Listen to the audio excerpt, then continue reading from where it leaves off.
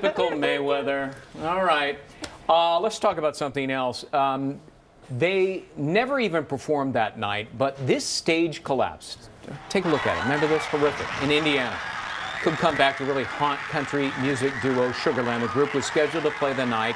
That a collapse killed 7 people, wounded many more during a terrible thunderstorm with high winds, and now family members of at least one victim thinking of suing the group.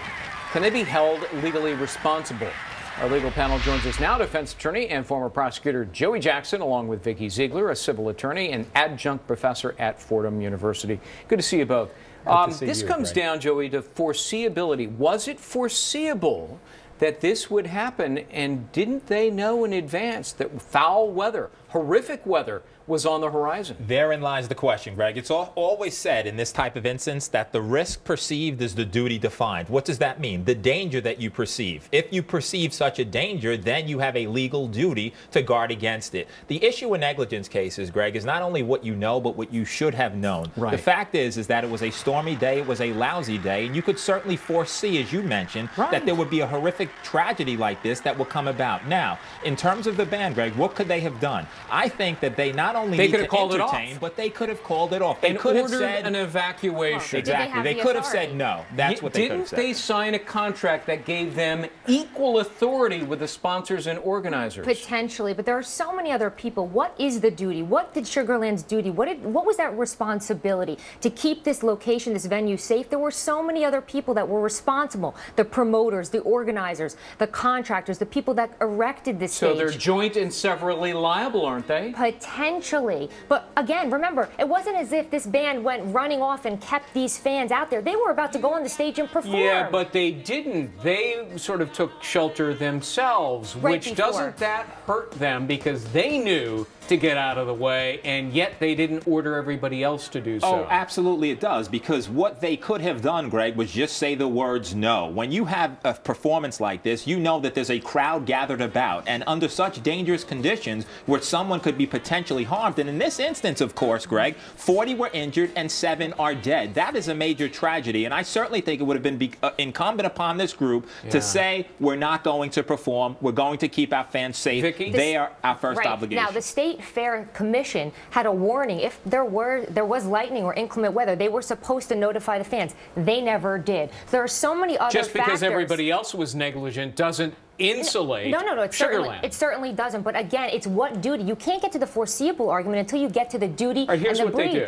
All right, the plaintiffs are going to put up on the witness stand a bunch of meteorologists who are going to say, hey, look, we knew about this weather system in advance. We warned people on television, on radio, on the internet.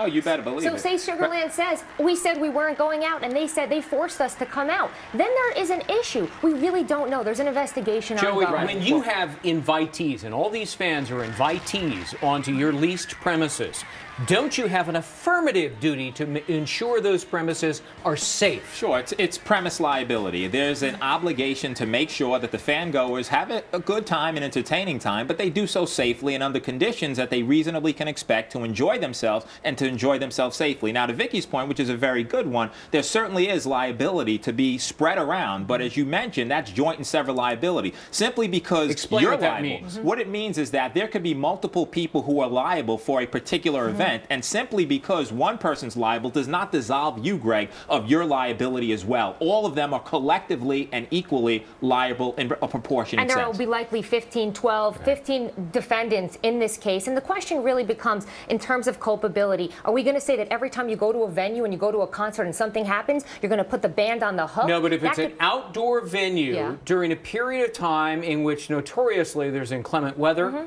yeah, you've got to take precautions. Well, it will be interesting to see where, in fact, the duty lied. I like putting the band on the hook here for the simple reason that it serves as a deterrence. And in a deterrence for future instances, I think, public policy. Greg, you allowed me to mention public policy. I hate it when he does that. It allows, in a public policy sense, for the next person to be more careful. And what that does, Greg, is save lives. Yeah, what about that, Vikki? I mean, there is a public policy issue here. There's always going to be an overreaching public policy argument, I think, for anything that we maintain and argue. There is a bigger problem. There was another event a few miles away. They evacuated 6,700 people carefully without incident. But that was the venue, the promoters, they did it, not the specific band. Normally, there are insurance carriers who provide coverage for these big outdoor events, right? In the end, it's going to be insurance carriers. They're going to pony up the money, do a settlement, right? Oh, absolutely. And there's a compensation fund that the state has. And I think what they will do is they'll evaluate the amount of resources they have in the fund, and they'll compensate people, and they should. Because good for the state. Right. This 22-year-old girl, Jennifer, did not deserve to die. No one, of course, deserved to die or be injured. They need to be compensated for that loss. Yeah, our hearts go out to the victims. And by the way, the state,